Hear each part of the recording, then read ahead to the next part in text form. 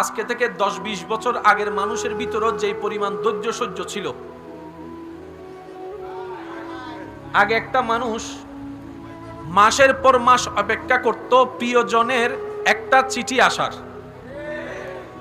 অধৈর্য হতো না, ধৈর্য ধরে অপেক্ষা করত 3 মাস 4 মাস 5 মাস।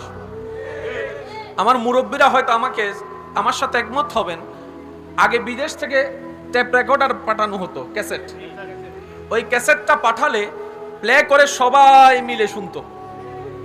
আবার একটা সময় ক্যাসেটটা রেকর্ড করে সবার বক্তব্য নিয়ে সেটা পাঠিয়ে দিত। 3-4 মাসের একটা বিষয় ছিল, দূরত্ব ছিল। একটা সময় মানুষ 3-4 মাস যে চিঠির অপেক্ষা করে ধৈর্য ধরে থাকতো, আজকে বিজ্ঞানের উন্নত প্রযুক্তির কারণে মাধ্যমে যখন সে মানুষটা ভিডিও কলে দেখার সুযোগ হয়েছে, একবার ভিডিও কল কিংবা মেসেজ দেওয়ার পরে রিপ্লাই না পেলে, রিসিভ না করলে আপনি আমি দ্বিতীয়বার কল দেওয়ার পরে প্রথম কথাই বলে হন্ডা জিলি দিয়ে তখন।